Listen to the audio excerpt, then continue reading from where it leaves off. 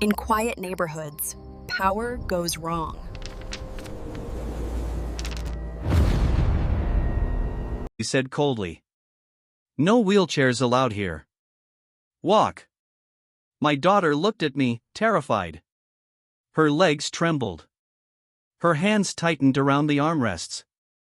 And right there, in front of neighbors, cameras, and witnesses, this woman decided she had the power to force a disabled child to walk because she thought no one could stop her. She had no idea I was a police officer. It was supposed to be a normal morning. School bag packed. Medication taken. Wheelchair checked twice, like always. My daughter smiled as we rolled toward the community sidewalk. She loved mornings. Said they felt hopeful. That hope didn't last long. The HOA president's SUV pulled up sharply, blocking our path. I knew that car. Everyone did. She stepped out like she owned the ground beneath her heels. Clipboard in hand. Sunglasses on. Voice already raised. You can't bring that thing through here, she snapped, pointing at my daughter's wheelchair. I blinked. Excuse me? She sighed dramatically. The wheelchair damages the pavement. HOA rules. My daughter lowered her head. Karen leaned closer. If she wants to use the sidewalk, she said loudly, she can walk. The world went quiet. My daughter whispered, Daddy. I can't. I felt something twist in my chest. Neighbors stopped. Phones came out. Karen smiled, the kind of smile that feeds on embarrassment. See, she said. She's capable. Just lazy. That word hit harder than anything else. My daughter tried to stand. Her legs shook violently. I moved forward instantly. That's enough. Karen raised a finger at me. You will not interfere. HOA rules apply to everyone. Everyone. Except she was wrong. Karen grabbed the wheelchair handles. Pulled. Stand up, she demanded. My daughter cried out. I caught her before she fell. That was the moment. The exact second. When this stopped being an HOA issue. I stood up slowly. Looked her straight in the eyes. Let go of my daughter. Karen scoffed. Or what? I took a breath. Reached into my jacket. I didn't pull out anger. I didn't raise my voice. I pulled out my badge. Held it where everyone could see. Police. Karen laughed nervously. You can't scare me. I met her stare. I'm not scaring you, I said. I'm informing you. Phones stopped recording. People stopped whispering. Karen's smile faded just a little. I looked at the crowd. You all just witnessed an assault on a disabled minor. Silence. Karen backed up half a step. This is HOA jurisdiction. I nodded. And this, I said calmly, is criminal. For a moment, no one spoke. Karen stared at the badge like it was fake. Like it couldn't possibly apply to her. Then she laughed. Oh please, she said, waving her hand. You cops always think flashing a badge scares people. This is private property. HOA rules override. No, I said calmly. They don't. The neighbors who had been quietly watching now leaned in. A woman near the mailbox whispered, Did she just grab that child? Another man shook his head. That's not right. Karen sensed it.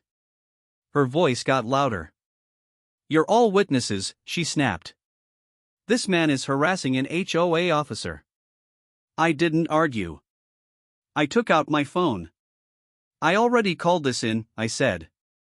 Karen froze. What? I turned the screen so she could see. Live dispatch.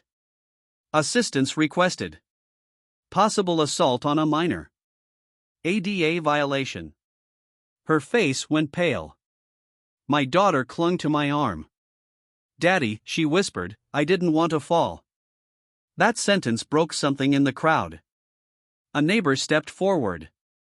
She told the lady she couldn't walk, he said. I heard it.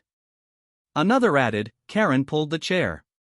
Karen spun around. You stay out of this. But it was too late. Karen straightened her blazer. She's exaggerating, she said coldly. We have rules for everyone. If we make exceptions. For disabilities? I asked. She hesitated. That's different, she muttered. Exactly. The sound cut through the tension. Sirens. Karen's eyes widened. You called backup? I followed procedure, I said. She took a step back. Then another. I feel threatened, she suddenly said loudly. This officer is intimidating me. I nodded. Dispatch, I said into my radio, add false reporting to the call. Karen's mouth dropped open. 2 patrol cars pulled up. Officers stepped out. They didn't rush. They observed. Professional. Calm. One officer knelt beside my daughter. You okay, sweetheart? She nodded slowly. She made me stand, my daughter said softly. That was enough. The senior officer turned to Karen. Ma'am, I need you to step aside. Karen scoffed. You can't talk to me like that. The officer didn't flinch. I can, he said. And I am. Karen pointed at a sign. Read it. HOA Authority. The officer glanced once. Then looked back at her. Federal disability law overrides HOA policy. Karen's shoulders slumped. The officer spoke clearly. You're being investigated for assault, child endangerment, and discrimination. Karen whispered, This is a misunderstanding. No one answered. Karen stood there, frozen, as the officers spoke quietly into their radios. The authority she once carried like armor was gone. No clipboard. No rules. No crowd backing her anymore. Just consequences. The senior officer looked at me. Based on witness statements and what we observed, he said, we're proceeding. Karen's head snapped up. Proceeding with what? She demanded. The officer turned to her. Detainment. The word hit hard. This is outrageous. Karen shouted. I was enforcing rules. The officer remained calm. You attempted to force a disabled minor to walk, he said. You physically interfered with medical equipment. You ignored verbal warnings. Karen's voice cracked. That wheelchair damages property. I stepped forward. My daughter's legs don't work, I said quietly. The crowd went silent. The sound of cuffs clicking shut echoed louder than any shout. Karen gasped. You can't do this to me. The officer replied evenly, We already are. Neighbors watched in stunned silence. Some looked away. Others nodded slowly. As Karen was escorted toward the patrol car, HOA board members began arriving, alerted by the crowd. They stopped short when they saw her in cuffs. One whispered, What happened? Another shook his head. She crossed a line. Later that week, the HOA board issued a statement. Karen was removed immediately. Policies were suspended. Legal counsel was brought in. The phrase wheelchair damage never appeared again. That night, my daughter sat on her bed quietly. Daddy, she asked, did I do something wrong because I can't walk? I swallowed hard. No, I said.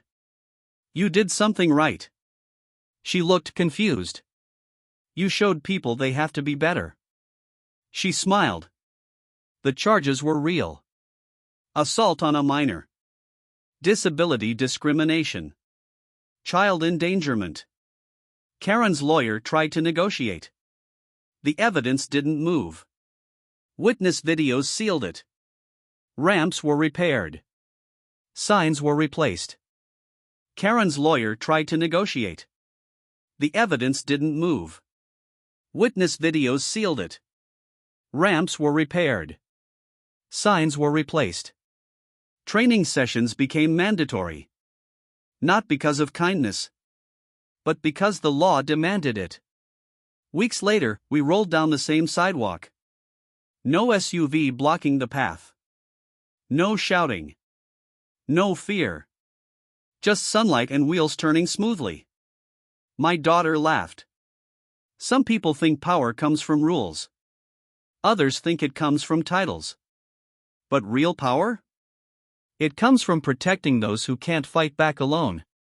Karen learned that the hard way. And my daughter? She never had to walk to prove her strength. Justice didn't ask her to stand. It stood up for her.